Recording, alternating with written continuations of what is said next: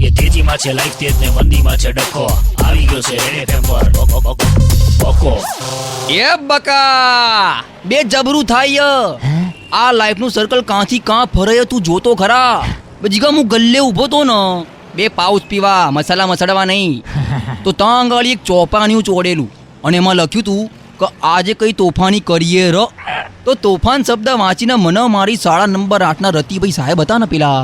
સમાજ વિદ્યા ભણાવતા હતા એ યાદ આવી ગયા જીગા સોગંદથી બહુ માર ખાધો હો એમના હાથનો અરે હા યાર સાહેબ મને અંગૂઠા પકડાઈને કહેતા હતા કે બકા બાપના બગાડાયો એના કરતા ઉઠી જા ને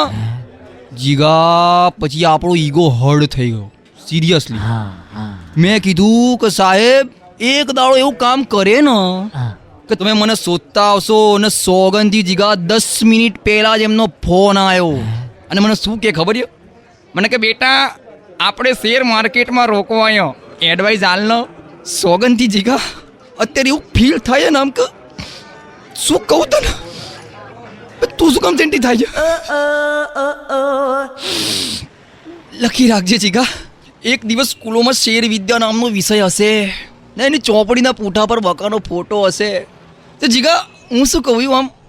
કે ફોટામાં પાંચે કઈ બાજુ રાખું આમ સાઈડમાં રાખું કે વચ્ચે રાખું ફૂમતું રાખું એ તેજીમાં છે લાઈફ તેજ ને મંદીમાં છે ડખો આ હતો રેડ એફએમ પર બકો